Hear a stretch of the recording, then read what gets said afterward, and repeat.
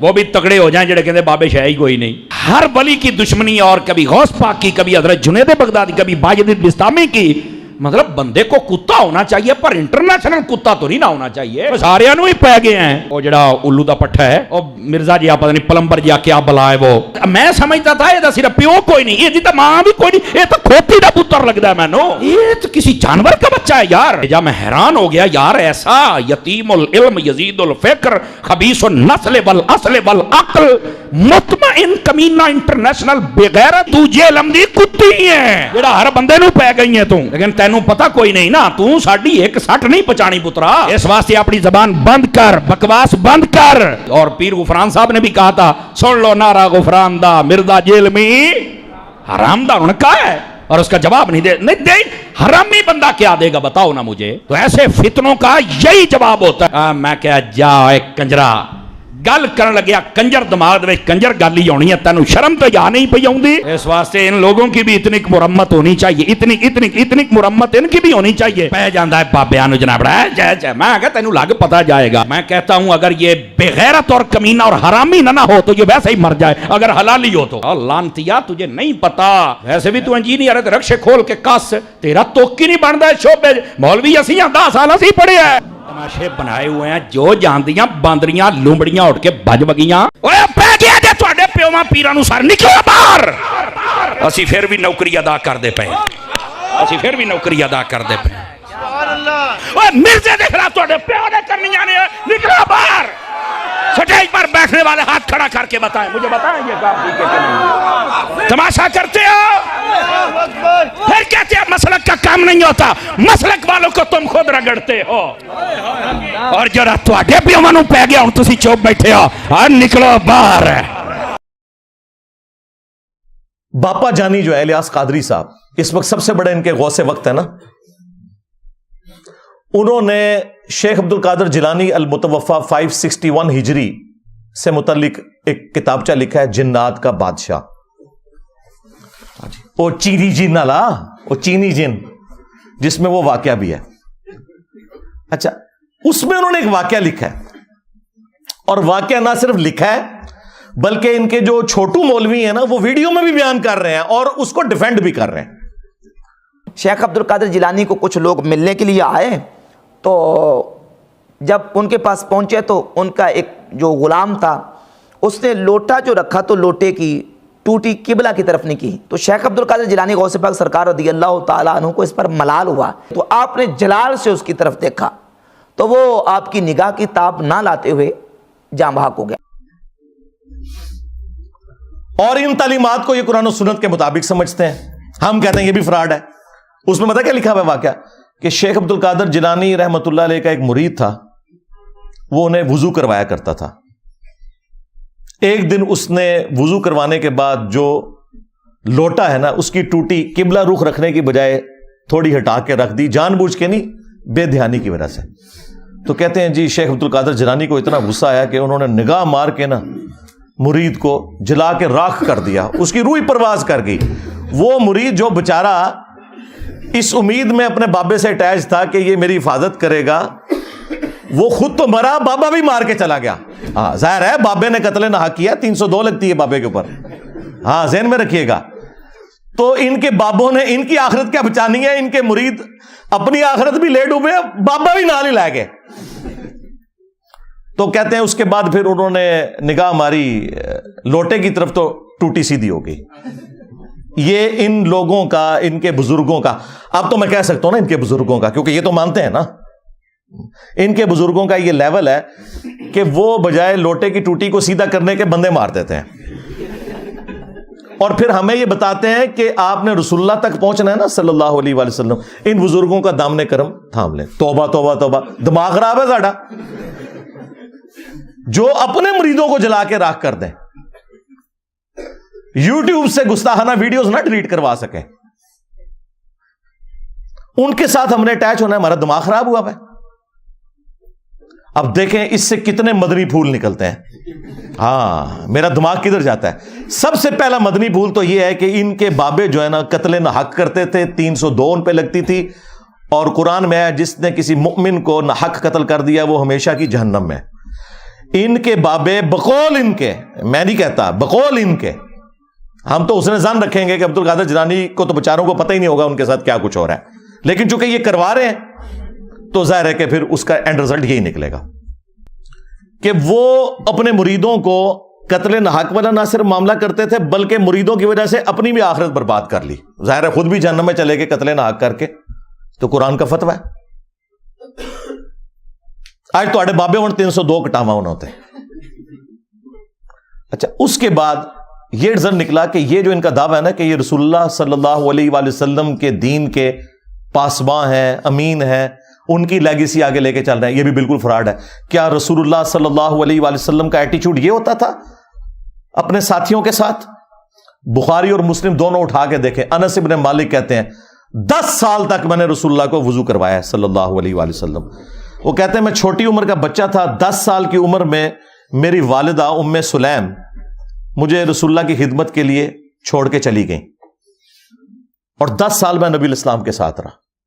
کہتے ہیں ان 10 سالوں میں کبھی ایسا نہیں ہوا کہ نبی الاسلام نے مجھے ڈانٹا ہو، مجھے کبھی یہ کہا ہو کہ تم نے یہ کام کیوں کیا، یہ کام کیوں نہیں کیا. وہ کہتے ہیں کئی بار نبی الاسلام مجھے کسی کام سے روانہ کرتے تو میں بچوں میں کھیلنا شروع کر دیتا. یار 10 سال کا بچہ کھیلے گا ہی نا. نبی الاسلام نے کبھی نہیں مجھے ڈانٹا. کبھی آپ صلی اللہ علیہ وآلہ وسلم گھر سے باہر نکلتے اور مجھے بچوں میں کھیلتے ہوئے دیکھتے تو پیار سے بلاتے، انیس، نام تھا انس، پیار سے بلاتے، انیس بیٹا میں نے تم نے فلاں کام کے لیے کہا تھا. وہ کہتے اچھا یا رسول اللہ میں جاتا ہوں. بس نہ ڈانٹا کبھی، نہ مارا پیٹا. اور تمہارے بزرگ جو کہتے ہیں ہم رسول اللہ کے ماننے والے ہیں، ہم آپ کو رسول اللہ تک پہنچائیں گے، پہلے آپ تک پہنچ جاؤ. یہ میں آپ کو کمپیریزن بتا رہا ہوں. لہذا یہ جو تم لوگ کلیم کر رہے ہو نا کہ ہمارے بزرگوں کی کتابیں بدل گئی ہیں، تو جو باتیں تم کتابوں سے بیان بھی کر رہے ہو نا بغیر بدلی ہوئی، ہمارے نزدیک وہ بھی قرآن و سنت کے خلاف ہیں. سمجھ رہے ہیں نا میں کیا کہنا چاہ رہا ہوں؟ ہاں، اگر نہیں سمجھ آ رہی تو میں ایک اور مثال پیش کر دیتا ہوں. ان کے وہ اس وقت میٹھے میٹھے ایک مبلغ جو طارق جمیل صاحب کے مقابلے پہ انہوں نے لانچ کیے ہوئے ہیں، ثاقب رضا مصطفی صاحب. ہائے ہائے ہائے ہائے. وہ خواجہ باؤ الحق نقشبند کے بارے میں بتا رہے ہیں کہ ان کی ایک مریدنی تھی. ہاں، اس کو بادشاہ وقت نے ایک مینارے سے گرایا. ہاں، اور وہ بخارے میں تھے. وہ کہتے ہیں کہ مریدنی نے آخری وقت میں بجائے اللہ کو پکارنے کے نا وہ بابے کو پکارا. اوکھے ویلے بزرگ کام آتے ہیں. تو آگے الفاظ دیکھیں اس ذمہ دار شخص کے. یہ کہتا ہے کہ جی وہ بزرگ آئے اڑ کے اور انہوں نے مریدنی کو کیچ کر کے، ہاں اس میں الفاظ ہے پکڑ کے، تو زمین پہ آرام سے رکھ دیا جب اس کو دھکا دیا جلاد نے. حضرت شاہ نقشبند بخاری علیہ رحمہ نقشبندیوں کے امام ہیں.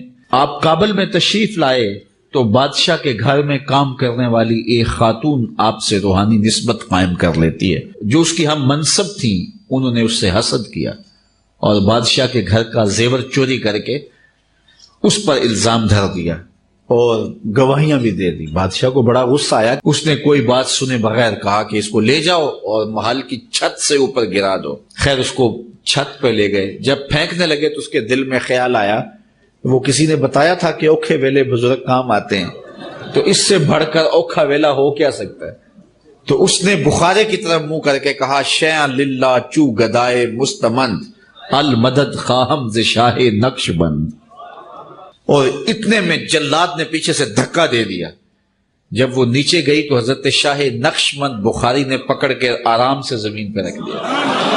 تو حیرت زدہ ہوگی، حضرت آپ کب آئے تھے؟ کہا تو از چبارہ آمدی من از بخارا آمدم. تو چبارے سے چل پڑی تھی، میں بخارے سے چل پڑا. اور بعد میں مریدنی پوچھتی ہے کہ حضرت آپ کہاں سے؟ تو انہوں نے کہا کہ تو مینارے سے چل پڑی اور میں بخارے سے چل پڑا، اور نہر والے پل تے آ کے ملے دوئے. یہ تبدیل تو نہیں ہوا. ظاہر ہے ثاقب رضا مصطفی صاحب جب بیان کر رہے ہیں تو یہ واقعہ تبدیل تو نہیں ہوا نا. اس کے ساتھ تو ہم یہ کر سکتے ہیں نا سب کچھ. اور دوسری طرف بخاری مسلم میں حدیث ہے کہ اما عائشہ سلام اللہ علیہا کہتی ہیں کہ اللہ کے محبوب صلی اللہ علیہ وآلہ وسلم نے کبھی بھی کسی عورت کو بیعت کے لیے ہاتھ نہیں لگایا. اور ان کی حالت دیکھیں کہ ان کے جو پیر ہیں وہ مریدنیاں کیچ کرتے ہیں. اب میں نے تو نہیں ان کو کہا کہ نامحرم مریدنی کو کیچ کیوں کیا، یہ میں آپ کو کمپیریزن بتا رہا ہوں. اس کے بعد ایک اور واقعہ جو بڑا مشہور کیا ہوا انہوں نے، وہ کہتے ہیں کہ جی ابو الحسن خرقانی جو تھے نا، جو بایزید کے خلیفہ تھے، وہ خلیفہ بھی جا کے قبر پہ ہی ہوئے ہیں، مطلب ان کے مرنے کے بعد تو وہ پیدا ہو رہا ہے بندہ. تو محمود غزنوی جب سومنات پہ حملے کر رہا تھا تو اس کو کامیابی نہیں ہو رہی تھی، تو آخری دفعہ اس کے پاس ابو الحسن خرقانی کا ایک کرتا تھا جو اس نے اللہ کے حضور توسل کے طور پر پیش کرتے ہوئے دعا کی اور اسے فتح ہو گئی. اور رات کو خواب میں بابا جی آ گئے اور بابا جی ناراض ہیں. وہ کہتے ہیں کہ تو نے میرے کرتے کی اتنی کم قیمت لگائی ہے، اگر تو یہ کرتا اپنے ہاتھ میں پکڑ کے اللہ سے یہ دعا کرتا کہ ہند کی سرزمین میں قیامت تک کوئی کافر نہ ہو تو یہ سارے ہی مسلمان ہو جاتے. حضرت ابو الحسن خرقانی ایک بزرگ گزرے ہیں، یہ حضرت بایزید بستامی کے سجادہ نشین تھے. اتنے بڑے آدمی تھے، اپنا جبہ دیا محمود غزنوی کو، جب مشکل آئی تو دعا مانگنا آگے رکھ کے اللہ فتح دے دے گا. تو محمود کہتے ہیں جب سومناتھ کے مندر نہیں فتح ہو رہے تھے تو میں نے بابے کا جبہ سامنے رکھ کے دعا کی تو اللہ نے مجھے فتح دے دی. کہتے ہیں بابا جی رات خواب میں ملے تو کہنے لگے تو نے کیا قیمت ڈالی میرے جبے کی؟ کہا حضور کیا مطلب؟ فرمانے لگے تو میرا جبہ سامنے رکھ کے دعا کرتا کہ یا اللہ ہندوستان کے سارے کافر مسلمان ہو جائیں تو اللہ نے توفیق ایمان دے دینی. یہ تو نے کیا دعا مانگی ہے؟ یہ تعلیمات بتاتے ہیں اور پھر سبحان اللہ پڑھتے ہیں. اور یہ واقعہ تذکرۃ الاولیاء کے اندر بھی لکھا ہوا ہے شیخ فرید الدین عطار نے. اب یہ واقعات بیان کرتے ہیں تو ہم اس کے مقابلے میں انہیں بتائیں گے کہ بھائی اگر ان کرتوں سے کوئی فرق پڑتا تو اس کائنات میں سب سے عظیم کرتا تو رسول اللہ کا ہے صلی اللہ علیہ وآلہ وسلم. صحیح مسلم میں حدیث ہے اسما بنت ابی بکر نے نبی الاسلام کا کسروانی طیالسی ایک کالا جبہ وہ نکالا اور انہوں نے بتایا کہ یہ وہ جبہ ہے جو نبی الاسلام پہنا کرتے تھے اور اس کے دھون کو ہم مریضوں کے لیے شفا کے طور پر استعمال کرتے ہیں. نبی الاسلام کا کرتا مبارک جو صحیح تبرک بھی ہے، جس سے صحابہ کرام نے تبرک بھی حاصل کیا، وہ کرتا جب نبی الاسلام خود پہنتے تھے، اس کرتے کو دیکھ کے تو مشرکین عرب نے اسلام قبول نہیں کیا. اور اس کے بعد رومنز اور پرشینز کے خلاف جب صحابہ کرام نے جنگیں لڑی ہیں تو وہ کرتا تو نہیں لے کے گئے جس طرح یہ ابو الحسن خرقانی کے کرتے سے دعا کی ہے. انہوں نے تو رسول اللہ کے کرتے سے کوئی دعا نہیں کی ہے. وہاں تو 8,500 صحابہ اور تابعین شہید ہوئے ہیں جنگ قادسیہ میں، ہاتھیوں کے نیچے بھی آئے کئی. تب جا کے وہ پرشین امپائر جو ہے وہ مسلمانوں کے پاس آئی ہے. اور جنگ یرموک میں بھی ہزاروں صحابہ اور تابعین شہید ہوئے ہیں، تب جا کے رومن امپائر کی کمر ٹوٹی ہے. ادھر تو کوئی کرتے نہیں لے کے گئے، سب کہانیاں بنائی ہوئی ہیں. پھر ہمارے وہ جو مرشد ہیں مصباحی صاحب، ہاں اب مصباحی صاحب جو کچھ بیان کر رہے ہیں بزرگ ہی لکھ کے گئے ہوئے ہیں. یہ کشف المجوب میں واقعہ لکھا ہوا ہے. اوپر دیکھا تو سونا، نیچے دیکھا تو سونا، درخت سارے کا سارا سونے کا اور پتے سونے کے اور جڑیں بھی. ہاں نا اینڈ تک کہتے ہیں ہاں نا، یعنی میں بھی ہوتے ہی سا. ہاں یہی مطلب ہوتا ہے نا. داتا حضور کشف المحجوب میں لکھتے ہیں یہ فکرے ان کی زبان سے تب ادا ہوئے جب اس درخت کے نیچے تھے جس کے اوپر میں چڑھا ہوا تھا. آپ فرماتے خدا کی عزت و عظمت کی قسم، پورا درخت، اس کی ٹہنیاں، اس کا تنا، اس کی جڑیں بھی سونے کی ہو گئی، سارا، ہاں سارے سونے کا ہو گیا. اب وہ جو ہے نا وہ مٹی اٹھانے کے لیے نیچے ہوا، تو نیچے دیکھا تو زمین سونے کی.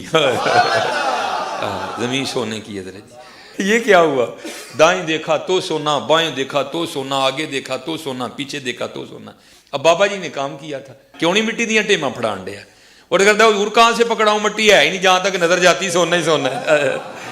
بابا جی ایک سوال ہے بابا جی, اگر آپ ہوا میں سونا نکال سکتے ہیں بابا جی تو دیش کی غریبی کیوں نہیں مٹا دیتے بابا؟ جواب بابا جی, جب آپ خود سونا نکال سکتے ہو تو ہم لوگوں سے چندہ کیوں لیتے ہو بابا جی؟ جواب ہری اوم ہری اوم ہری اوم.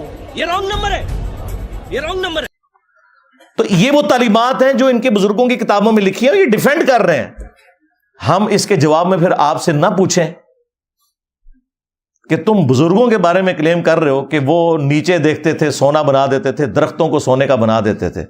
خدا کے لیے سورہ بنی اسرائیل کے اندر جو کافروں نے رسول اللہ صلی اللہ علیہ وآلہ وسلم سے 9 معجزات مانگے تھے نا, ان میں سے ایک معجزہ یہ بھی تھا کہ اس کا کوئی سونے کا گھر بن جائے, تب اسے پیغمبر مانیں گے. تو اللہ تعالیٰ نے پتہ اس کے جواب میں کیا کہا کہ تم فرماؤ میں تو بشر ہوں, رسول ہوں, اللہ کا پیغام پہنچانے والا ہوں, یہ اللہ کے اختیار میں ہے. رسول اللہ صلی اللہ علیہ وآلہ وسلم کے لیے تو اوپر دیکھیں تو سونا, نیچے دیکھیں تو سونا تو نہیں ہوا. جہاں پہ نبوت بھی سٹیک پہ لگی ہوئی تھی اس حوالے سے کہ کافر وہ ڈیمانڈ کر رہے تھے معجزہ. تیرے بزرگوں کا اتنا مقام ہو گیا کہ ان کے لیے بعد میں یہ ساری چیزیں سونے کی بن جائیں گی. چلیں اس کے بارے میں کوئی کہہ لے گا جی وہ اللہ تعالیٰ کی مشیت یہ تھی کہ کافروں کو معجزے کے طور پہ یہ چیز نہیں دکھانی, صرف قرآنی معجزہ ہے. چلیں آگے چلتے ہیں. سورہ التوبہ میں اللہ تعالیٰ فرماتا ہے کہ غزوہ تبوک کے موقع پر جب کچھ غریب اصحاب رسول اللہ کے پاس آئے اور انہوں نے کہا یا رسول اللہ صلی اللہ علیہ وآلہ وسلم آپ ہمارے لیے کوئی ساز و سامان کا بندوبست کر دیں, کوئی سواری کا, 700 کلومیٹر دور جانا ہے رومن امپائر کے بارڈر کے اوپر تبوک کے لیے, تو ہم بھی آپ کے ساتھ چلیں گے. تو نبی الاسلام نے فرمایا کہ میں اپنے پاس کوئی ایسی چیز نہیں پاتا کہ میں تمہاری اس حوالے سے کوئی مدد کر سکوں, نہ سواری کے طور پہ نہ ساز و سامان کے طور پر.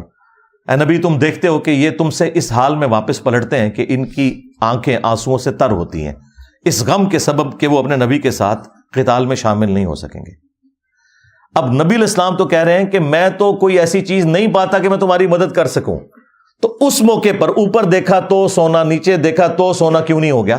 وہ تو جامع ترمذی میں آتا ہے کہ سیدنا عثمان ابن عفان رضی اللہ تعالیٰ عنہ علیہ السلام نے اللہ تعالیٰ کی راہ میں صدقہ اور خیرات کیا, سونے کی اشرفیاں اور اونٹ, اور وہ انہوں نے کمائے ہوئے تھے, وہ اوپر دیکھیں تو سونا, نیچے دیکھیں تو سونا نہیں تھے. تو تمہارے بزرگوں کے لیے ہم کیسے مان لیں؟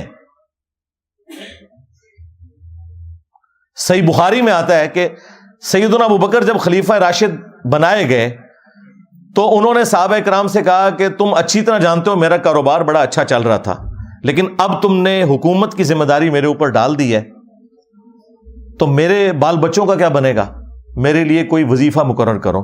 تو صحابہ کرام نے پھر مشورہ کر کے ایک جو عام مہاجر کا وظیفہ تھا وہ خلیفہ راشد کے لیے مقرر کیا. اور بخاری کے الفاظ بتا کیا ہے کہ ابو بکر امور حکومت چلائیں گے اور اس کے عوض جو مسلمان ہیں وہ ان کے بیوی بچوں کا خرچہ اٹھائیں گے. کتنی گستاخی ہے کہ ابو بکر کے گھر والوں کا خرچہ مسلمان اٹھا رہے ہیں ان کے بقول. لیکن ہمارے نزدیک ایسا ہی ہوتا ہے بھائی, یہ نہیں ہوا کہ حضرت ابو بکر نے مسلح اٹھایا تو نیچے سے سونا نکلا ہے, نہیں نکلتا ایسے سونا, ایسا تو نہیں ہوتا. اوپر دیکھیں تو سونا, اور دیکھیں یہ لوگ دعوے کرتے ہیں ہم جی صحابہ کرام اور اہل بیت کے ماننے, اور نسوے تو ہیں تو انہوں پتہ ہی نہیں صحابہ کرام اور اہل بیت دا کوئی, تسی بابیاں دے مننے والے ہو. یہی مصباحی صاحب ایک اور واقعہ سناتے ہیں ایک بزرگ کا. وہ کہتے ہیں کہ وہ سمندری جہاز کے ذریعے حج یا عمرے کے لیے جا رہے تھے, اور بار بار کیپٹن سے آگے پوچھتے تھے کہ بھئی کب آئے گا جدہ, تو وہ کہتا تھا ابھی تو یہ بندرگاہیں آئیں گی پھر, اور پھر وہی جو ان کی کہانی تھی وہ چھوڑ دی انہوں نے. وہ کہتے ہیں کہ جی وہ بزرگ جو ہیں وہ انہوں نے اپنی کرامت دکھائی, اور نے کہا جی کیپٹن صاحب لو پھر جدہ آ گیا جی. ہمارے بزرگوں نے کوئی لطیفے نہیں لکھے جی. یہ کتاب ہے تذکرہ غوثیہ, یہ غوث علی شاہ صاحب رحمۃ اللہ تعالی علیہ کے ملفوظات. آپ فرماتے ہیں میں حج کرنے کے لیے گیا اور میں بمبئی بندرگاہ سے بحری جہاز پہ بیٹھا. کہتے اسی طرح جہاز بمبئی بندرگاہ سے نکلا, تھوڑا سا جہاز آگے گیا ہوگا تو ایک بابا جی آ گئے اور آ کے میرے والد صاحب کو کہتے ہیں مولوی صاحب یہ تو بتائیں جدہ کب آئے گا. تو کہتے ہیں میرے والد صاحب مسکرا کے کہنے لگے بزرگوں وہ یہ تو جہاز بمبئی بندرگاہ تو چلے آئے 11 دن لگنے نے پھر جدہ آئے گا. کہتے ہیں وہ بابا جی چلے گئے, عصر پڑھ کے پھر آئے, وہی سوال. میرے والد صاحب کا بھی وہی جواب, پھر چلے گئے, مغرب پڑھ کے پھر آئے, پھر وہی سوال. کس دفعہ میرے والد صاحب بھی غصے میں آ گئے, کہنے لگے بابا جی گل نہ کریے, بار بار نہ ہو میرے گھر, میں تو 11 دن تو پہلے لیا نہیں سکتا, جو تسی لیا سکتے ہو تو لے آؤ. کہتے ہیں وہ بابا جی میرے والد صاحب کو کہتے ہیں پھر سب سے پہلے کون سی بندرگاہ آئے گی؟ کہتے ہیں میرے والد صاحب نے کہا مخا. پھر کون سی آئے گی؟ حدیدہ. پھر کون سی آئے گی؟ عدن. پھر کون سی آئے گی؟ میرے والد صاحب نے کہا جدہ. تو بابا جی کہتے ہیں پھر ویکھو جدہ آ گیا جی. تذکرہ غوثیہ. ہمارے بزرگوں نے کوئی لطیفے نہیں لکھے جی. انہوں نے پتا سی کہ جدے تو بعد انجینئر صاحب نے بھی آنا ہے.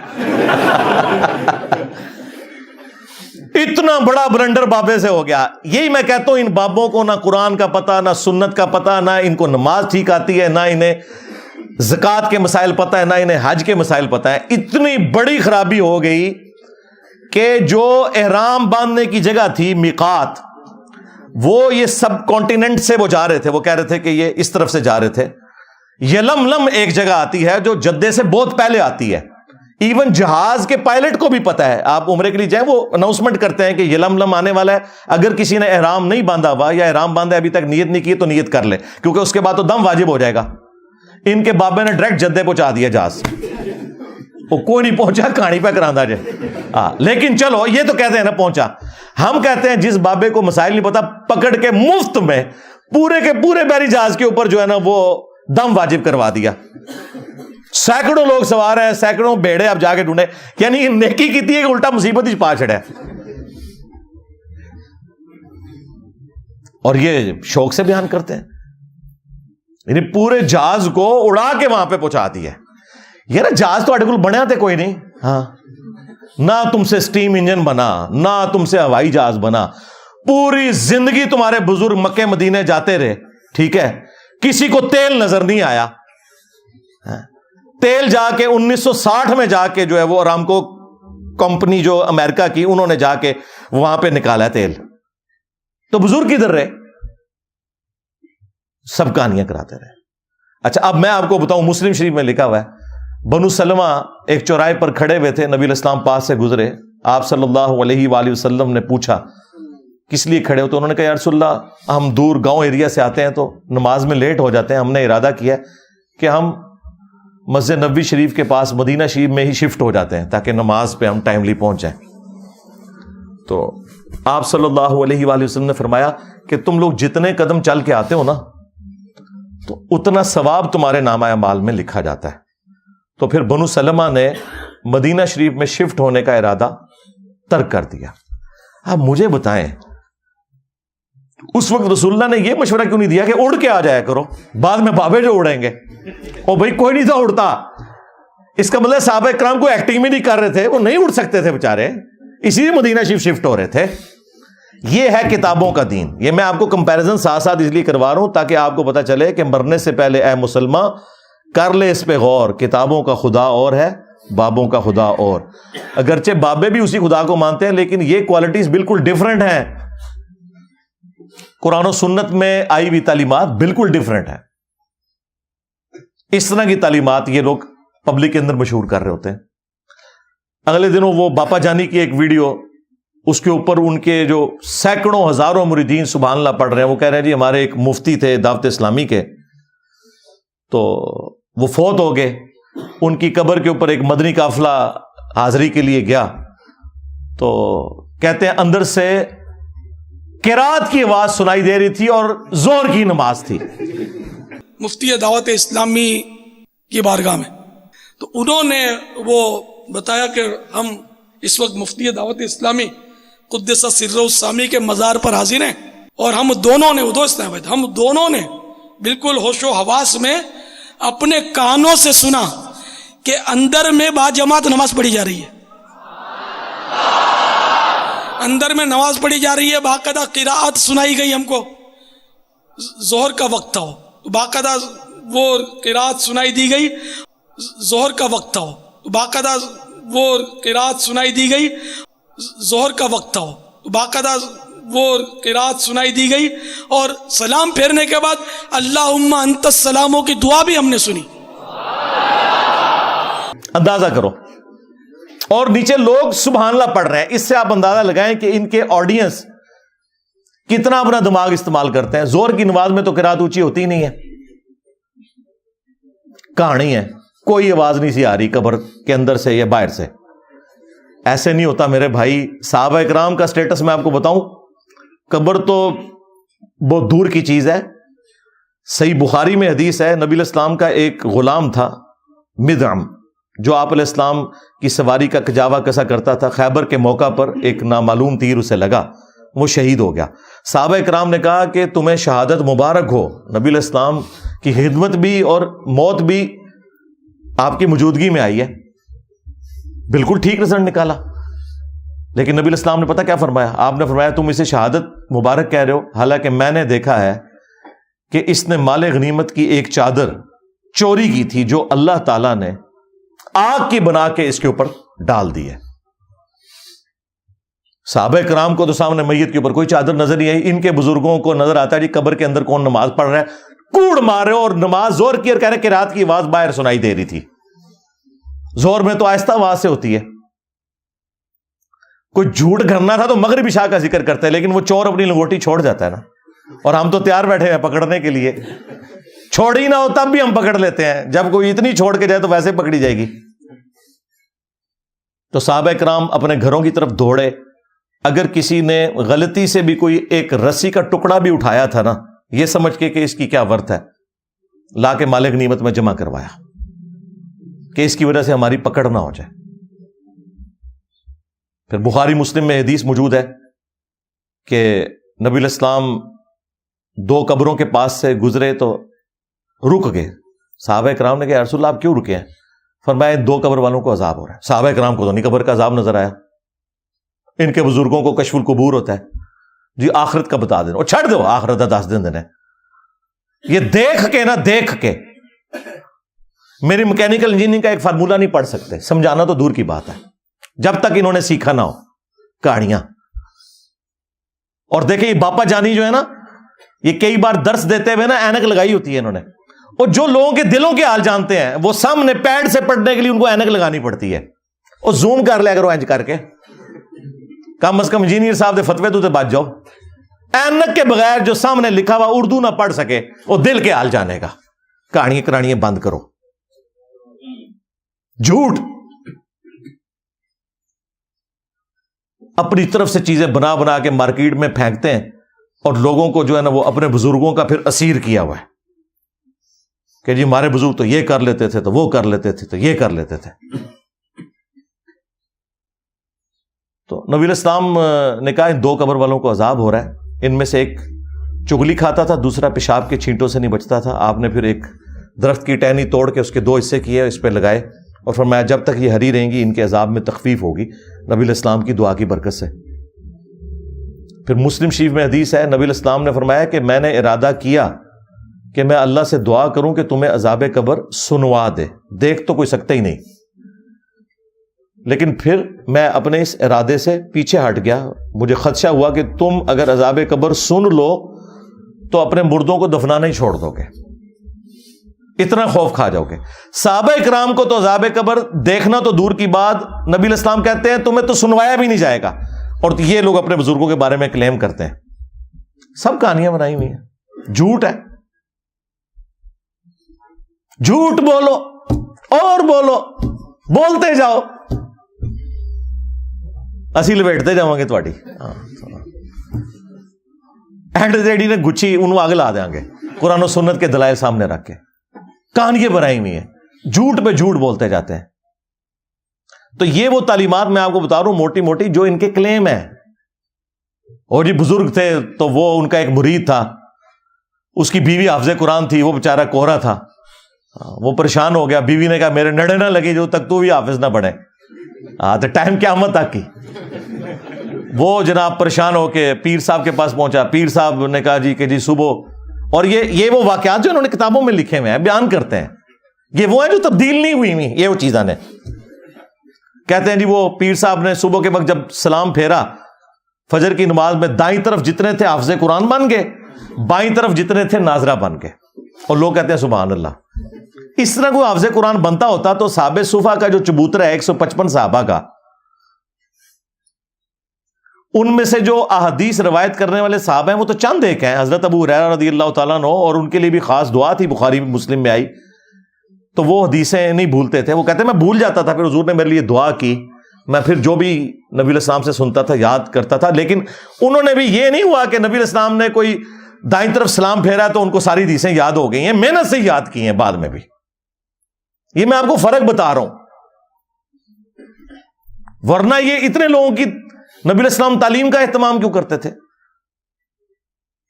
حتیٰ کہ مسند احمد میں آیا کہ غزوہ بدر کے جو قیدی تھے کافر، وہ چھوڑنے کے لیے یہ ان کے لیے فدیہ مقرر کیا گیا جن کے پاس پیسے نہیں تھے کہ تم لوگ مسلمانوں کو لکھنا پڑھنا سکھا دو. نبی علیہ السلام نے تو نہیں کہا کہ بھی جس نے لکھنا پڑھنا سیکھنا ہے میرے پیچھے نماز نیت کرے، دائیں طرف سلام پھیروں گا سارے حافظ ہو جائیں گے، بائیں طرف سارے ناظرہ ہو جائیں گے. اس کا مطلب ہے کہ جو کچھ تم اپنے بزرگوں کے بارے میں کلیم کر رہے ہو نا، واقعات، وہ سب کے سب خود فراڈ کے اوپر مبنی ہے. ہم جو تم لوگ صحیح بیان کرتے ہو نا وہ بھی صحیح ماننے کے لیے تیار نہیں. جی شیخ عبد القادر جیلانی نے فرمایا کہ میرے سلسلے میں جو بھی داخل ہو گیا تو اللہ تعالیٰ نے مجھ سے گارنٹی مجھے دی ہے. اندازہ کرے غیر پیغمبر جو 500 سال بعد آیا اس کے بارے میں ایک کلیم کر رہے ہیں، اللہ نے اسے گارنٹی دے دی ہے. رسول اللہ کے بعد جو کہہ رہے ہیں نا مجھے اللہ نے گارنٹی دی ہے، تو سمجھ لو کہ اے مسلمہ کذاب دا چھوٹا پراج ہے، خواہ غلام احمد قادیانی دجال ہے یا کوئی اور ہے. ہم نہیں کہتے کہ عبد القادر جیلانی نے یہ کہا ہوگا، لیکن ان کی ضد ہے. ہم کہتے ہیں اگر ضد ہے تو لو سامو، پھر فتوا لو ساڈے کو.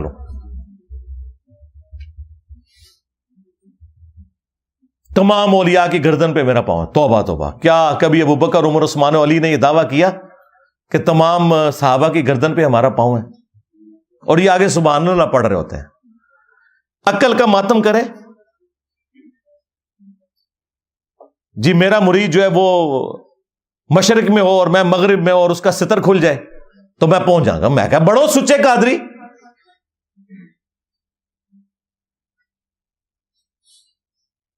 نیچے پجامہ یا کوئی انڈر ویئر پہن کے تو پبلکلی آپ لوگ اپنی تہمت کھول کے بتائیں اور شیخ عبد القادر جیلانی آ کے آپ کی تہمت باندھ دیں. وہ کہتے ہیں نہیں اس طرح تو بزرگوں کو چیک تو نہیں کرنا چاہیے نا، یہ تو ویسے انہوں نے فرمایا تھا. اور پریکٹیکلی ایک ہوا ہے انڈیا میں، ایک مولوی ان کا قادری تقریر کر رہا تھا، بڑا اچھل کود رہا تھا، اس کی شلوار اتر گئی. وہ آپ نے ویڈیو دیکھی ہوئی ہے نا؟ یہاں کے فارغین تبلیغ اس طرح کریں گے، سارے بڑھلوی کو ہم دیوبند کی مکتب میں شامل و داخل کر لیں گے.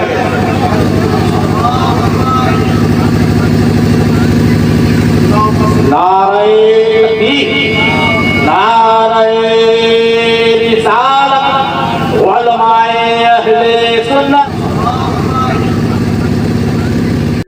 اور کوئی نہیں شیخ عبد القادر جیلانی اس کی شلوار اوپر کرنے کے لیے آئے. سارے مریدوں کو جنت میں ساتھ لے جاؤں گا. اللہ کے بندو تم نے قرآن و حدیث پڑھا ہی نہیں ہوا.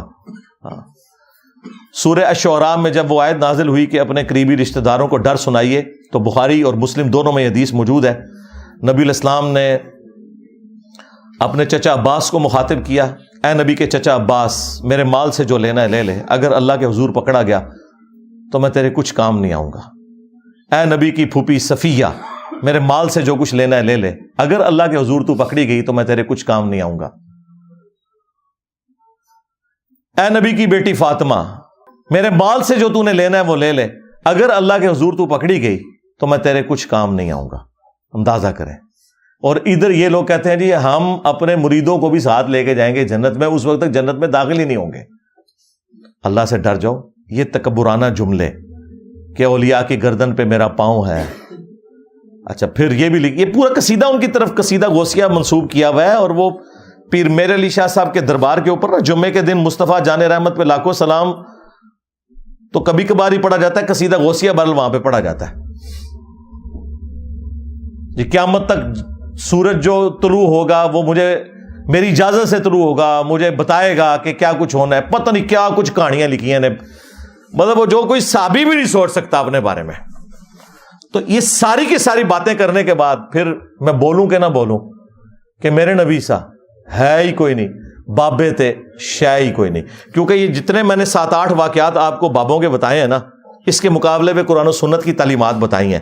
تو اب میں حق بجانے میں ہوں یہ کہنے میں کہ نبی کے جیسا ہے ہی کوئی نہیں، بابے تھے شے ہی کوئی نہیں. جو چیزیں نبی الاسلام ان کے صحابہ کے لیے نہیں ہیں تم نے بابوں کے لیے کلیم کی ہیں. تو ہم کہہ رہے ہیں نا یہ ہم بابوں کو توہین کے طور پہ نہیں کہہ رہے. اور ویسے بھی تم نے ہمیں خود یہ کہانی پڑھائی ہوئی تھی کہ جی کوئی بڑے سے بڑا غوث کتب ابدال ہو, وہ کسی صحابی کے گھوڑے کے قدموں کی خاک جو گھوڑے کے نتنوں میں بیٹھے, یہ جو ایک کہانی پوری انہوں نے بنائی ہوئی ہے, کولوئی بنائی ہوئی ہے. چلیں یہ تو مانتے ہیں اس کہانی کو, اس کے برابر نہیں ہو سکتا. تم تو کہتے ہو کہ غوث کتب ابدال یعنی تمہارے بابے صحابہ کرام کے گھوڑے کے قدموں کی خاک کے برابر بھی نہیں ہے. جانوروں سے بدتر سمجھتے ہو غوث کتب ابدال کو, تم ظاہر ہے جانوروں سے بدتر سمجھ رہے. ہم تو اس بات کو نہیں مانتے. کوئی بھی جانور کسی مسلمان سے افضل نہیں ہو سکتا. بہرحال تم کہتے ہو کہ وہ ان گھوڑوں کے قدموں کی خاک جو ہے نا وہ افضل ہے تمہارے غوث کتب ابدال سے. تو میں تو چھوٹی بات کر رہا ہوں, بابے تشیعی کوئی نہیں. مجھے تو کہنا چاہیے کہ ابو بکر عمر عثمان و علی جیسا ہے ہی کوئی نہیں. تیرے بابے تشیعی کوئی نہیں. تیرے بابے تھے ابو بکر عمر عثمان و علی کے گھوڑے کی خاک کے مقابلے میں بھی شیعی کوئی نہیں. مجھے تو یہ بولنا چاہیے. تو بڑا ہلکا جملہ بول رہا ہوں, رجوع کرا پھر میں دیتے بھی جی بابے تشیعی کوئی نہیں, بابے تشیعی کوئی نہیں. جی آئے دن انجینئر صاحب نعرہ لگاتے ہیں. تم نے یہ نعرہ لگایا ہوا ہے نا کہ کوئی غوث کتب ابدال جو ہے وہ کسی صحابی کے گھوڑے کے قدموں کی خاک کو نہیں پہنچ سکتا. خود سے ایک جعلی کہانی. ہاں یہ ضرور ہے حدیث ابو داؤد کے اندر, جب مولا علی علیہ السلام کے اوپر سب و شتم کروا رہے تھے بنو امیہ کے لوگ کر رہے تھے, حضرت مغیرہ ابن شعبہ کی موجودگی میں, وہ گورنر کوفہ تھے, وہ اپنے سامنے کروا رہے تھے. مسند احمد میں بھی موجود ہے. جدھر پھر ان کو بڑا غصہ آیا حضرت سعید ابن زید کو, جو عشرہ مبشرہ میں سے تھے اور حضرت عمر کے وہ بہنوئی تھے. انہوں نے کہا اوے مغیرہ, اوے مغیرہ. اور ایک روایت میں آتا ہے اس ظالم کو دیکھو اپنے سامنے ایک جنتی کے اوپر لعنت کروا رہا ہے. تو انہوں نے کہا کہ نبی کے صحابی کے سامنے یہ ہو رہا ہے کہ ایک جنتی شخص کے اوپر لعنت کروائی جا رہی ہے. میں نے خود رسول اللہ سے سنا تھا ابو بکر جنت میں, عمر جنت میں, عثمان جنت میں, علی جنت میں, طلحہ جنت میں.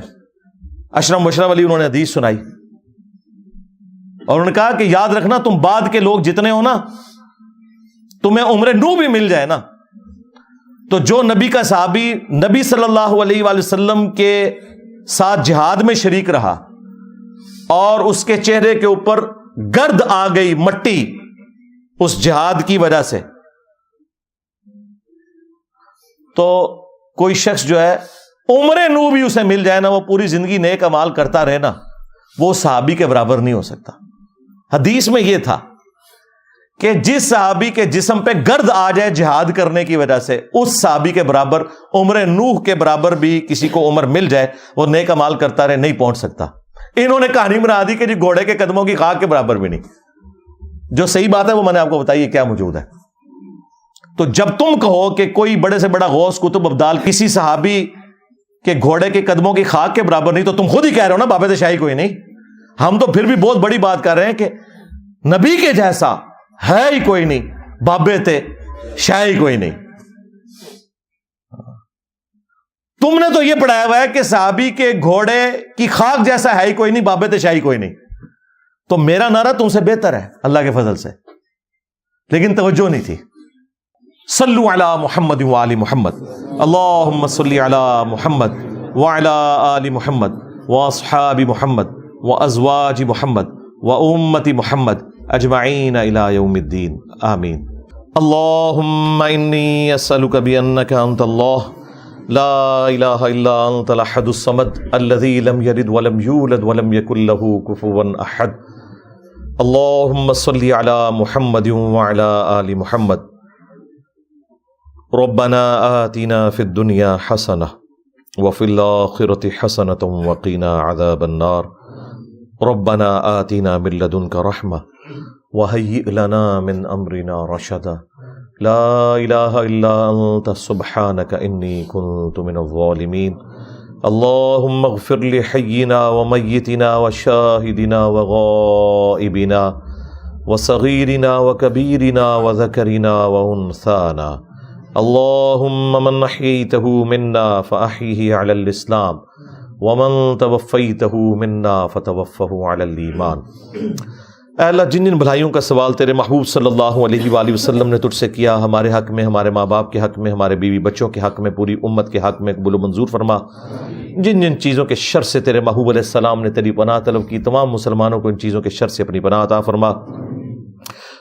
بالخصوص فلسطین کے مسلمان، کشمیر کے، چائنا کے، انڈیا کے، افغانستان کے، یمن، عراق، شام، پاکستان، جہاں کئی مسلمان کسب پرسی کی زندگی گزار رہے ہیں، غیب سے ان کی عزت، آبرو، جان و مال کی حفاظت فرما۔ اے اللہ ہمیں کتاب و سنت کی تعلیمات پر عمل کر کے دوسرے بھائیوں تک پہنچانے کی توفیق عطا فرما۔ اے اللہ جو مسلمان فوت ہو چکے ان کی مغفرت فرما، جو زندہ ہیں قبر و آخرت کی تیاری کرنے کی توفیق عطا فرما، جو بیمار ہیں انہیں شفاء کلی عطا فرما۔ حاضرین کے دلوں میں جو جو نیک اور جائز دعائیں ہیں قبول فرما۔ تمام مسلمانوں کی تمام دینی، دنیاوی، جسمانی، روحانی، ظاہری، باطنی پریشانیاں، تکلیف، مصیبتیں، دکھ تر، بیماریاں، دشواریاں دور فرما۔ اے اللہ ہمارے ملک پاکستان کی خیر فرما، پورے عالم اسلام کی خیر فرما، عالم اسلام کو اندرونی اور بیرونی خطرات سے محفوظ فرما۔ سبحان ربک رب العزت عما یصفون وسلام علی المرسلین والحمد للہ رب العالمین وصلی اللہ علی النبی الکریم وعلی آلہ واصحابہ اجمعین الی یوم الدین، آمین۔